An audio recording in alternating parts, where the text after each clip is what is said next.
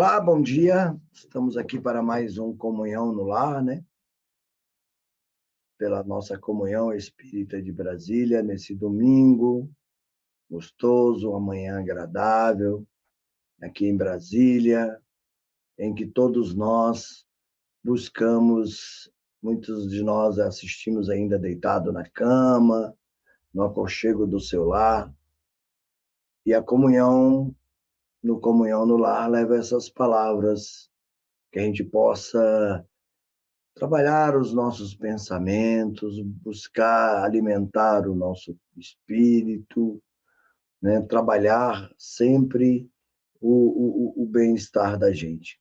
E estamos aqui com esse livro, né? Jesus no Lar, ditado pelo espírito Neio Lúcio, psicografado por Chico Xavier, ditado pela FEB Editora, né? Então, pela Federação Espírita Editora. E estamos no capítulo hoje, capítulo 9, a gente está dando sequência ao estudo desse livro, né? Entre nos meus programas, nós temos aqui o Mário, a Patrícia, temos vários outros, e eu escolhi esse livro. E a mensagem intitulada hoje é O Mensageiro do Amor.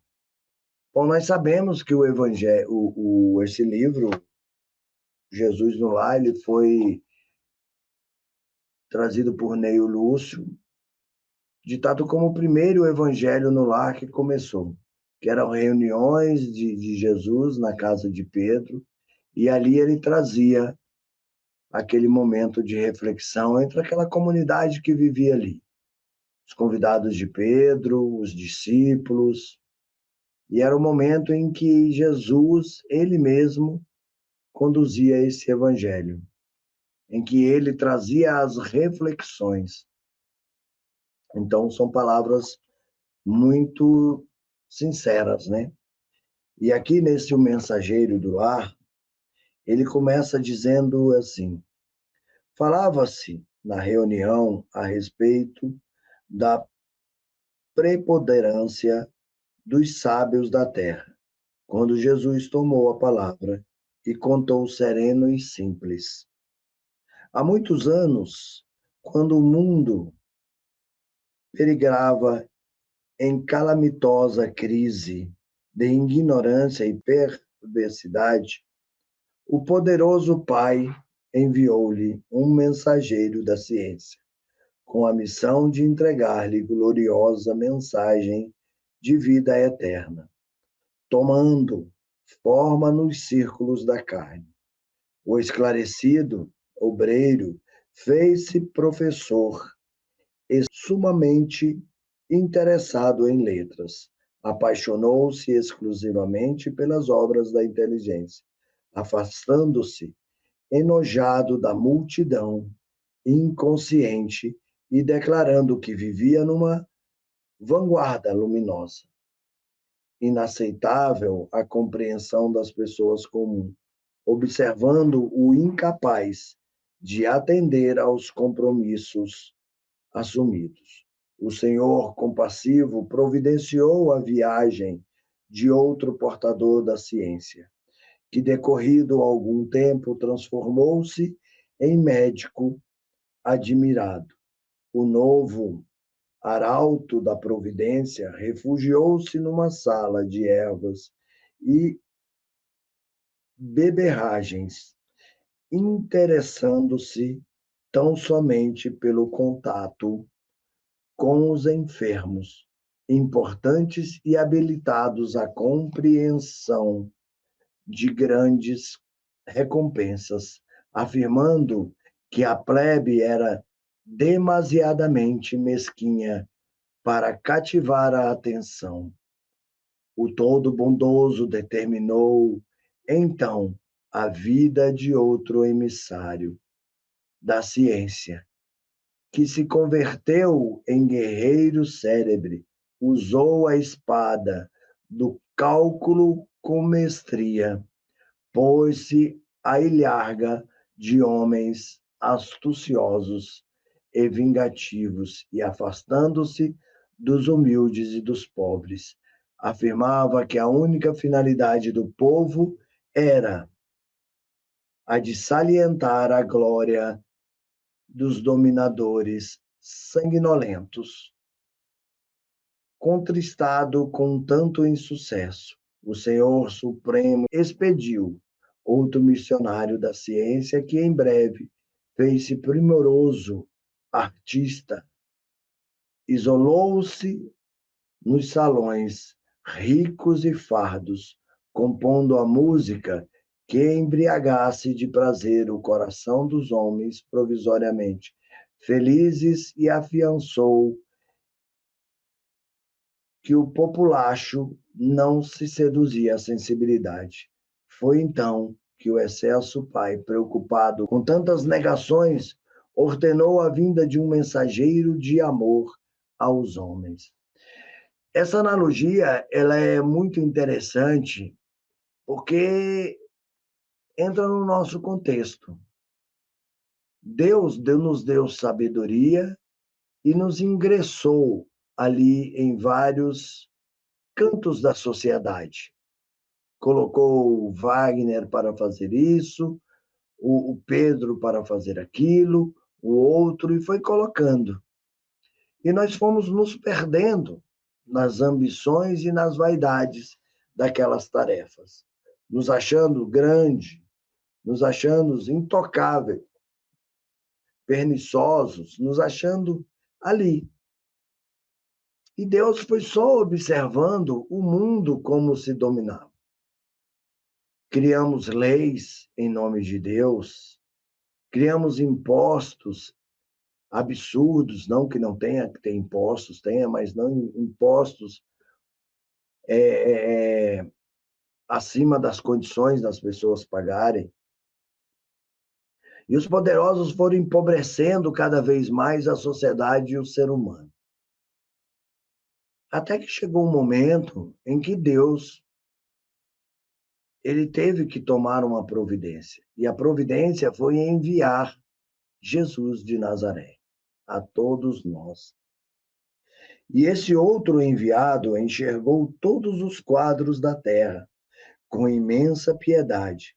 Compadeceu-se do professor, do médico, do guerreiro e do artista, tanto quanto se comoveu ante a desventura e a selvageria da multidão.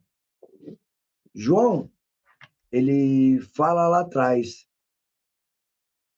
que o Verbo se fez carne.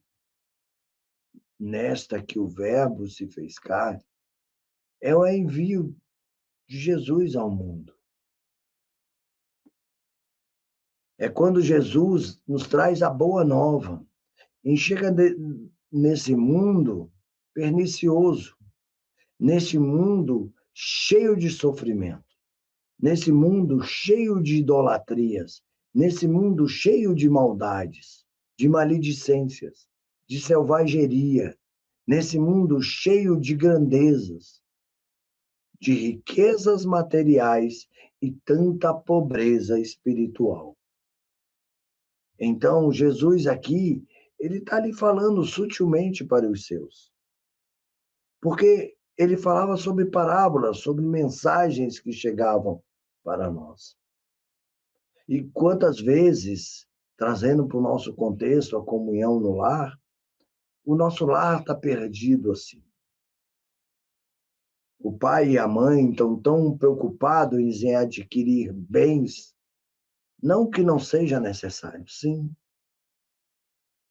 mas que abandonam totalmente os seus filhos, que abandonam totalmente a gerência espiritual daquelas criaturas.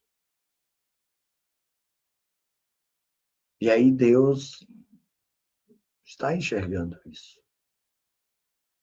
É quando ele, muitas vezes, nós passamos por alguma dificuldade. É para ver aquela aproximação. E aqui, Jesus vai nos trazer que Deus transformou-se no servo diligente de todos. Passou a agir em benefício geral e identificado com o povo a que viera a servir. Sabia desculpar infinitamente e repetir 1000 vezes o mesmo esforço ou a mesma lição. Se era humilhado ou perseguido, buscava compreender na ofensa um desafio, benefício à sua capacidade. Por amar sem reservas os seus irmãos de lutas, em muitas situações são compelidos a orar e pedir socorro ao céu. Quando a gente fala no pedir socorro ao céu, é quando a gente cria essa conexão. É a prece, como diz Allan Kardec lá na coletânea de prece, capítulo 27, pedis e obtereis. É a prece sincera, é a hora que o espírito se coloca diante do seu Criador e se coloca como filho diante do Pai, em que reconhece os seus erros, mas mostra a sua capacidade de não errar mais. Aí Jesus vai nos falar aqui que foi compelido a orar e pedir o socorro ao céu, perante as garras da calúnia e do sarcasmo. Perante as garras da calúnia e do sarcasmo. Entretanto, entendia mais nas mais baixas manifestações de natureza humana, dobrados motivos para consagrar-se com mais calor. E ele vai nos falar aqui, ele vai fechar esse capítulo dizendo da necessidade de estarmos cada vez mais nesta conexão com o Pai. Cada vez mais estarmos endereçados no caminho da vida futura. Nós até hoje questionamos muitas vezes essa passagem do pedir e obtereis, porque quando a gente pede, a gente está pedindo coisas materiais. E Jesus nos traz a importância de pedir sabedoria. Sabedoria para a vida espiritual. Tanto é que ele vem fechar aqui dizendo sublimemente: foi assim, fazendo-se último de todos, que conseguiu acender a luz da fé, renovadora e da bondade, pura no coração das criaturas terrestres, elevando-as a mais alto com plena vitória na divina missão de que fora investido. Houve ligeira pausa na palavra doce do Messias, e ante a quietude que se fizera espontânea no ruído ambiente de muitos antes, concluiu ele com expressivo acento na voz. Cultura e santificação representam forças inseparáveis da glória espiritual. A sabedoria e o amor são as duas asas dos anjos que alcançaram o trono divino. Mas em toda a parte, quem ama segue à frente daquele que simplesmente sabe. Que possamos fechar a nossa reflexão de hoje. Quantas vezes eu sou colocado diante do serviço e eu me perco nas minhas vaidades. Quantas vezes a responsabilidade chega de cuidar daquele ambiente, de cuidar daquele ambiente de trabalho, às vezes. Eu sou um instrumento no meu trabalho. Eu sou um instrumento no meio da minha família. Eu sou um instrumento no ambiente da casa espírita. Mas a tarefa que me é colocada me envaidece, me coloca em altos patamares à minha vista. Porque eu me vejo como altamente capacitado e muitas vezes intocável para as pessoas chegarem e conversarem comigo. Então, queridos irmãos e irmãs, que possamos fechar esse nosso raciocínio de hoje, mostrando que o serviço do mestre vai muito além da prática e do conhecimento intelectual. Ela vai pelo amor em ação, na simplicidade, na humildade, na boa vontade de fazer o serviço. Muitas vezes não nos sentimos preparados, mas estamos sim, porque nos achamos imperfeitos. Mas dentro dessa imperfeição, nós temos a boa vontade, o bom ânimo, como disse Jesus. No mundo tereis muitas aflições, mas tenham bom ânimo. Então tenhamos sempre bom ânimo e façamos sempre com amor, como ele nos pede, porque a lei de amor é a lei maior.